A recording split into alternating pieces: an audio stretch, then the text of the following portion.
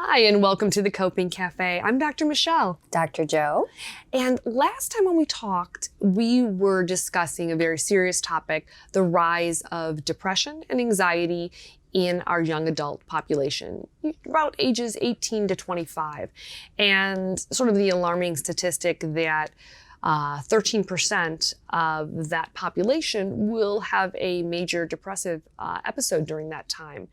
And that's a very significant statistic. That's startling, frankly. Yeah. Absolutely, it is startling. And so, Dr. Joe and I wanted to really kind of address that and talk about, what are the things that can be done about it, because we want to present the statistic. I got to be able to talk too, but I also want to be able to treat, right? How are we going to address this? How are we going to help this population? And one of the things is, obviously the first thing is to seek help, right? Is that if you know someone or if you are struggling with anxiety or depression, is really whether it's talking to a friend, talking to your parents, and then if that's not working, seeking professional help. So you need a support network. Absolutely. And so those were people included, right? A parent or a friend, a trusted teacher, a school counselor. Mm-hmm. But if you need more, and I always say in terms of, and we've talked a lot about what stigma is and what that means and battling that in our field. Yes. And saying,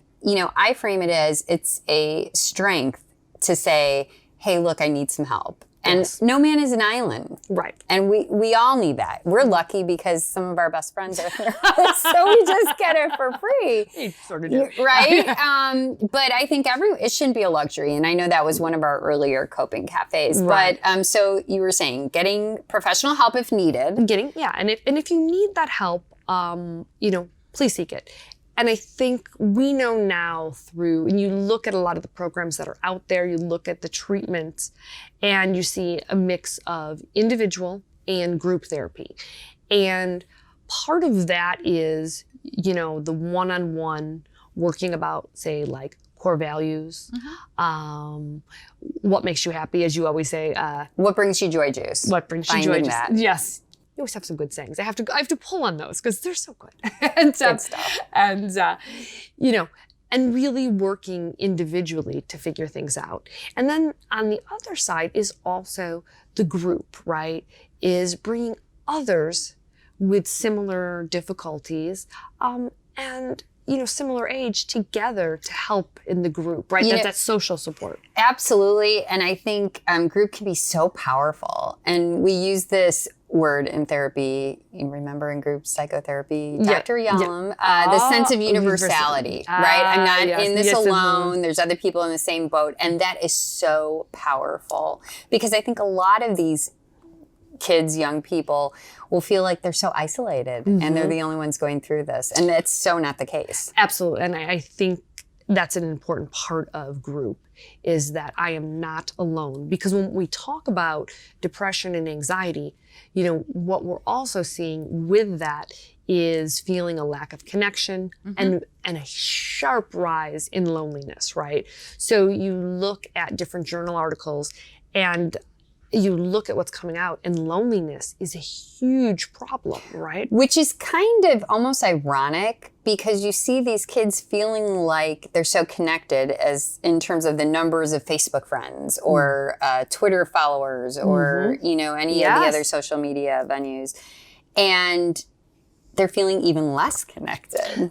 Yes. It's, one of the things that we know is when, and that's the best thing I think about, like when you talk about individual therapy or group therapy, it's uninterrupted, just face-to-face time with group, with one-on-one, which is what people are missing. And I think that's part of it. And, when we're online talking, it's not that we're not getting support, but that body language, that touch, that close. It's all important. That's very important. And I think and it's a true, you're looking at a true connection. And so I think those are really important parts of therapy.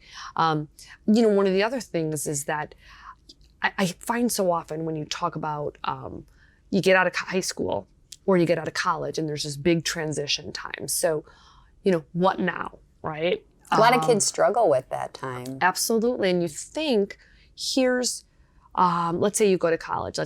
I got my grades in high school. I did well on my ACT. I go to college. I did everything they told me. I checked all the boxes. I checked all the boxes. Now what? And one of the things I find, and this is what I would encourage parents is to really think about, is that I find that a lot of these kids haven't worked.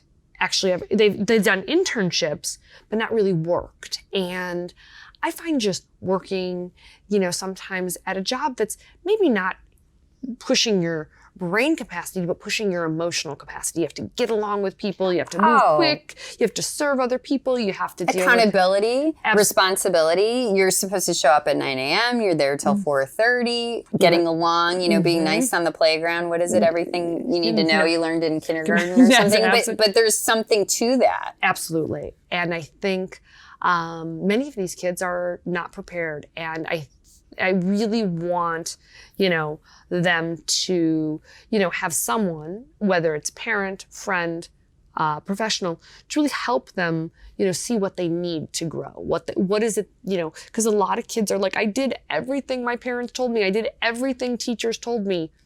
And I don't have a job, or I don't have a job that's satisfying, and I'm lonely and I'm not dating and nothing's working on Tinder or not, and so it's really, helping them kind of step back from it, look at what they really want. But most kids I see, or I shouldn't say kids, young adults, get very overwhelmed with, I want this, and that seems so far away. Well, a couple of things I was thinking when you were saying that is, first of all, I think it's about balance. And that's really hard. And I know it ups the ante that we were talking about, I think in the last Coping Cafe, but to say it's not just about school, right? It's about, okay, then go ahead and have your friends and go to the school dance. And it would be nice for you to have a part-time job, nothing taxing, but to have to manage and have your life be a little more balanced. And when you were saying all of these goals, and again, it's that healthy melding of, I have these goals that propel me to the future, but also focusing in right here, right now. Right. And I also, one of the things that we talked about last time too, is kids are less rebellious, more compliant. That's which you think might be a good thing, but it's not. But and actually why? It's not, because we have to, you're taking away that time in their life where they maybe take a risk and maybe they are successful with it, right? Maybe they figured out something you and I didn't know, or maybe they just had fun, right? And it every time, parents are like, if you do this, it could ruin your life. That's it. You'll be kicked off this sport. You'll never have a life. You know what I mean? And even administrators, I think, are jumping on that band. Well, you can't get caught with the solo cup ever at all, because if you're caught with a solo cup, we're just going to assume it's alcohol and you're off the team. Right. So then we have a school then being, sort of a big brother outside of school. I mean, it's like this crazy thing we're doing. And I think by the time you're a young adult, we have to sit back and go, hey, you know what? Maybe we messed up a little bit, like in how... Well, I'm thinking of your presentation and blog on lawnmower parents. Yes. So we had a Coping Cafe on that, right? And is that the kind of thing you're talking about? Absolutely, where everybody has had a hand in making, setting up a life that's going in this direction and moving away any obstacle out of the way, making sure that, you never were any place you weren't supposed to be, right? Because imagine a teenager trying to sneak over to, a girlfriend's house or something Unheard like that. You can't do that now because we've got you on, what? Oh, I found you. Oh, no, wait, you're in front of that house. What are you doing in front of there, right? We have cameras on our house. And we say it's in the name of safety, but is it? You know what I mean? Is it in the name of safety?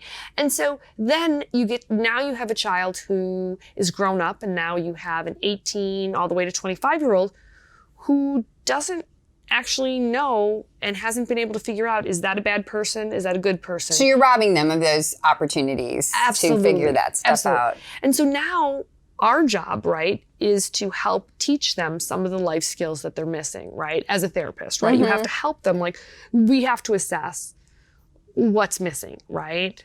Like, wow, this child's afraid to take risks, okay? Or this child is overwhelmed by the tasks because everything's always been broken down in a nice, neat, format for them. Do this, then this, then this, check the box. And life's not like that. So we now need to say, look, okay, let's let's give it in, let's help you put this information in a way that you've actually been taught, right? Because they've been taught to do this, this, and this.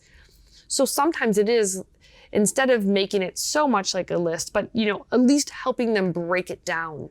Like life is a journey.